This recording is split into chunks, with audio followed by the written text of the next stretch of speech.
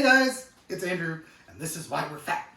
Tonight I am making dinner, surprise, dinner, and we're gonna have pasta Puttenesca. So that's a super easy meal for me, super quick sauce. It's not something that I like that necessarily needs to simmer. So I have in my saute pan 2 tablespoons of butter, and I'm gonna add in about a tablespoon and a half of olive oil, because our butter burns faster because it has got a low smoking temperature. So we want to give it a little bit of extra oomph to get it started. So we're going to get this melted while we talk about the rest of our ingredients. We have several cloves of garlic. Most recipes you'll find will say use 2 cloves of garlic. I'm a garlic fiend, so I'm using more. A half a cup of chopped shallots. A tablespoon of we've grown them here, but you could use chili flakes. We're using fresh cayenne chilies. 1 small can of chopped olives. You can use kalamata. I like black kalamata. It tends to be super salty for me on top of an already super salty dish. So this kind of helps me work. But we're going to start with our shallots. We are not browning them. We are only making them translucent.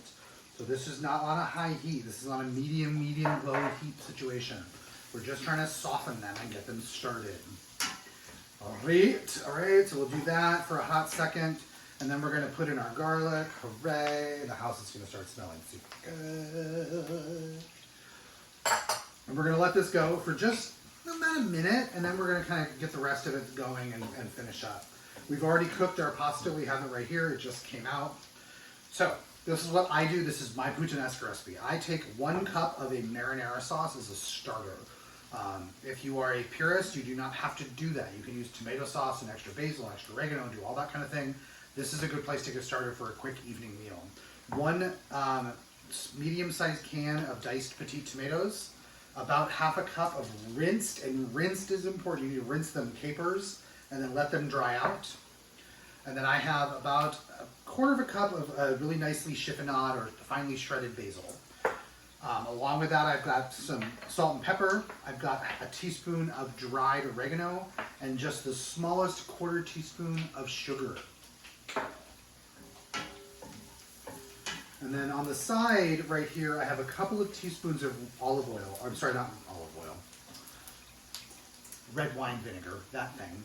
Depending on the acidity level here, we might want to add a little bit of red wine vinegar to kind of brighten it up. But we'll take a look and taste it once we get the sauce. Roll it and go. So our shallots are starting to look nice and translucent, and our garlic is just getting touched with some of that color. So we're going to add in our chili flakes, chili peppers, let them kind of start to mingle with the rest of this. We're going to put in our olives. We're going to put in our tomatoes, and now we're going to let some of that liquid is going to need to reduce off before we really get started here. Before I drain to my pasta, I say pasta water. You'll always hear that in all of your fancy Food Network shows and things like that. Save your pasta water.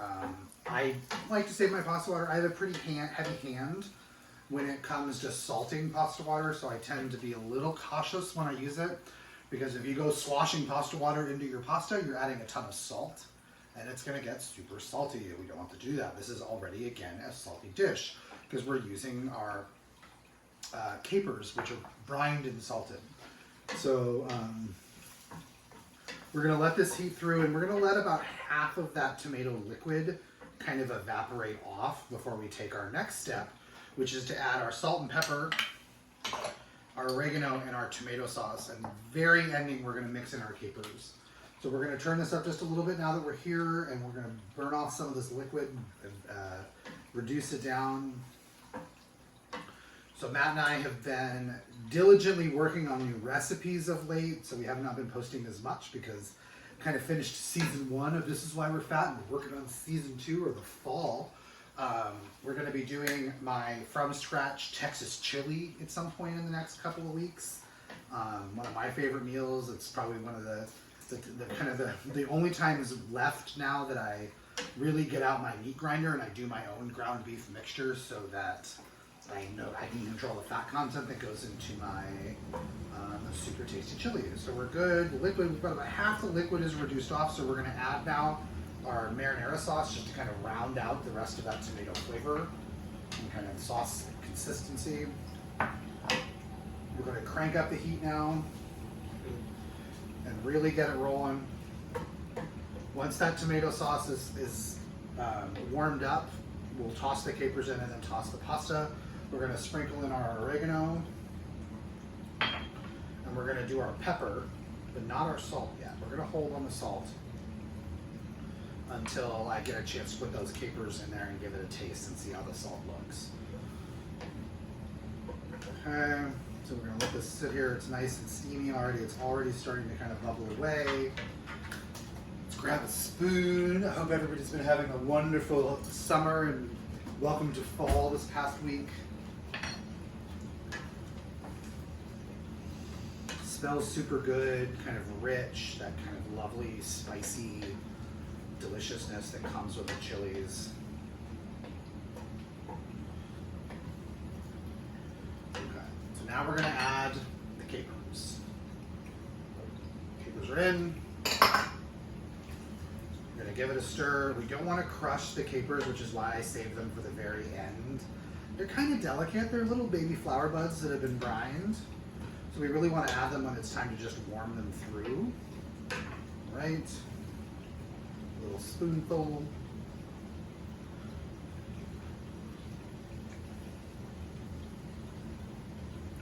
Super good. And just a little bit of salt. We don't need all of it by any means.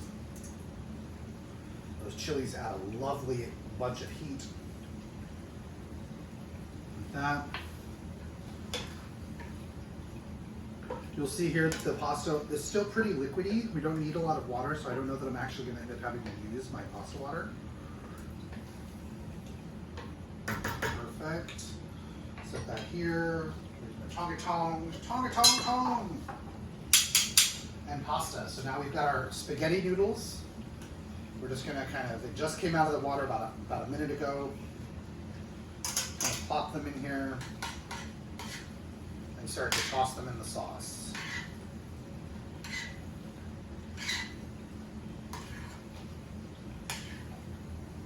And I, like everybody else, I really do. I cook my pasta al dente, or just shy of al dente, because I want it to finish kind of absorbing some of that moisture that's from the sauce.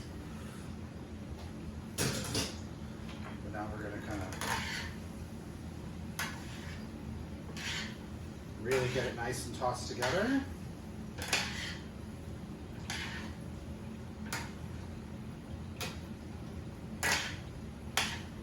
This isn't a super clean sauce.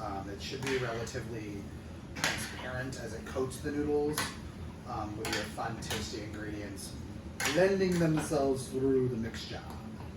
But that is our pasta puttanesca. Let me get a fork. And we'll give it a try. We'll probably shave a little bit of Parmesan over it, not a lot. Swirly, swirl, swirl, swirl. Ooh, messy, messy. There we go. Try this one more time. There we go.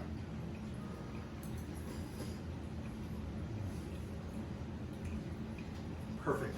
The pasta still has a little bit of bite to it. The heat's really nice. And that brine, you get just that hint of briny tastiness from the capers comes through.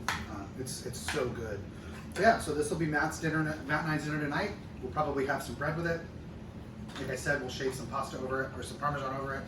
I forgot to fold in our beautiful homegrown basil really quick.